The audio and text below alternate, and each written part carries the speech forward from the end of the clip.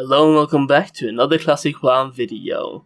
So this is a video I wanted to make for a long time, and it's personally one I used to level to 60 about 3 months ago on my own Mage, and I even went here back on my Hunter back at Classic's launch, just because I love this area because of how cool it is.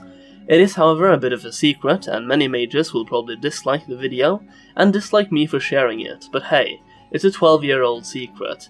Literally, there's a video on YouTube from 12 years ago with almost 50,000 views, so there's tons of videos out there on this farm as well.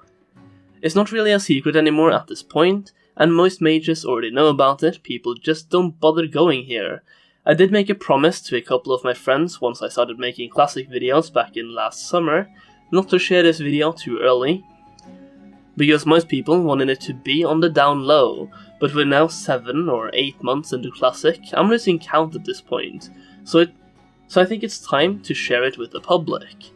The fact is that this is an absolutely insane power leveling farm for Alliance mages at level 56+, almost comparable to the Horde Goshek farm. The only downside is that it's an open world farm, and only one mage can be here at a time in order for it to be efficient. It's also not worth doing in a group, it's a solo farm. However, I thought now would be the perfect time to share this location with the reintroduction of layers on some classic servers. With layering, you can either A. layer jump after killing the trolls, or B. find a layer where this location is available and stay on that layer. I see a lot of Alliance mages having trouble with where to level from level 56+ when they get too high for BRD spell cleave. And even though Dire Maul North is a great option, I think it's always good to know you have more than one option for optimal EXP. And don't worry, I will show you how to get to this spot, but first, I want to show you some stats. So let's switch over to my level 56 friend, who was kind enough to record him farming here for about an hour to test the experience per hour from this farm. Since my mage is level 60, I can't really test the experience gains myself. From him farming here, he was able to reach 85,000 experience per hour, as well as 20 gold per hour only from looting gold, healing potions and rune cloth. If you count other vendor items and green items, it's probably closer to 30 gold per hour as well. So basically 85,000 experience per hour and 30 gold per hour. And it's a very good farm for Alliance mages above level 56. You can start earlier than 56 as well, but you risk some mobs resisting your Novas and Blizzards then, so level 56 is highly recommended. The trolls in this area are between level 52 and 58.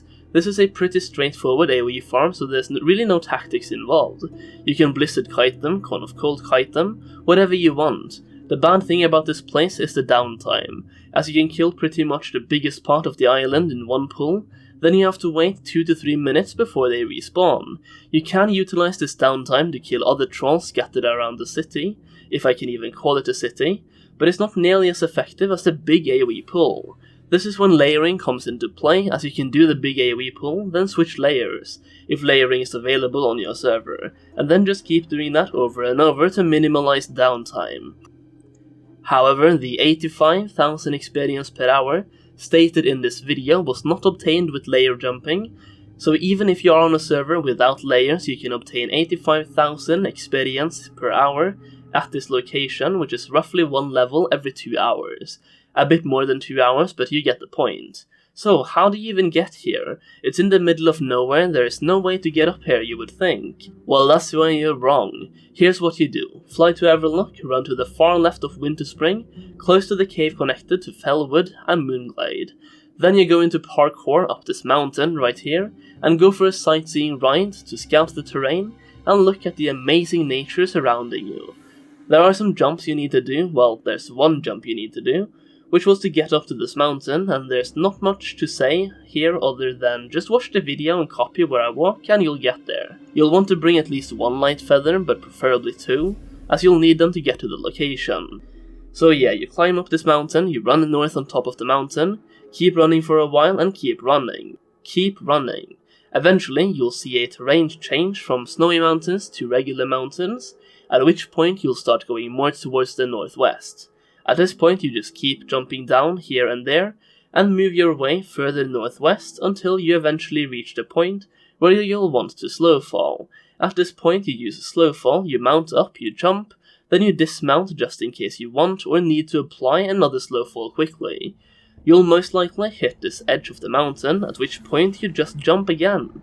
You can use slow fall until you're above the water and drop down, in which case you won't need to waste another light feather for another slow fall. But having a couple of light feathers just in case is always handy. Again, this farm is only for Alliance because the trolls are friendly for Horde, and also if you are a mage farming here regularly and I ruin your spot, I'm sorry, but if a video from 12 years ago with 50,000 views didn't ruin the spot, this video won't ruin it either. Locations like this one is what makes Classic so amazing in my opinion, because it literally doesn't serve any purpose whatsoever, except for the fact that it happens to be a cool grinding spot in the middle of nowhere. There's no quests here, there's no lore connected to this location, at least not in Classic, but this location is used in later expansions. There's no reason to go here in Classic, and the location is still there, and you have to utilize some clever terrain in order to actually get here. It makes me wonder how many more places like this are actually in Classic, as there could be a couple of other locations like this one that we still don't know about. I mean, if you stand on top of a certain candle in Stormwind, you can jump under Stormwind, and then you can jump onto a certain pixel under Stormwind to end up in the middle of the sea outside of Westfall. So maybe if you jump on a candle in Orgrimmar, you could end up at a Gortusk camp under the Barrens with level 60 boars you can just kill as a horde. This video just took a weird turn, but I like to think there's more secret locations out there that we still don't know about. What makes this location even better, which once again proves that this location really serves no purpose in Classic, is that when a vanilla WoW developer was asked why this location even exists, they said it was to add some flavor and beautiful places to look at when you were on the flight path. Okay, but enough of that, let's go back to the farm. Make sure you don't pull more than you can handle, and beware of trolls respawning on top of you. If you hit one troll from a certain pack, you'll aggro the entire pack, and while they don't hit very hard because they're non-elites, there's a lot of trolls that will be hitting you. Try to pull as many as possible in one location and kite them. Alternatively, you can do like my friend does and pull the troll patrolling over the bridge into the other mobs, then use the bridge to kite with Blizzard, providing yourself with tons of space in between you and the mobs, as well as lots of space to kite as well. It's really not a difficult farm, and your biggest enemy here is your ego. Because you are a mage, you know that your AoE abilities deal more damage the more mobs you pull, and therefore you also want to pull more mobs to up your efficiency while leveling.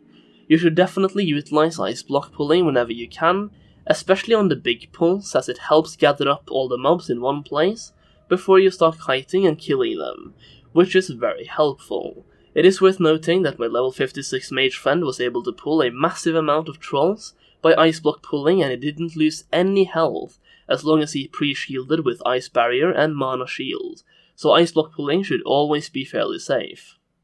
So there it is, a secret I have kept from all of you since the launch of Classic WoW.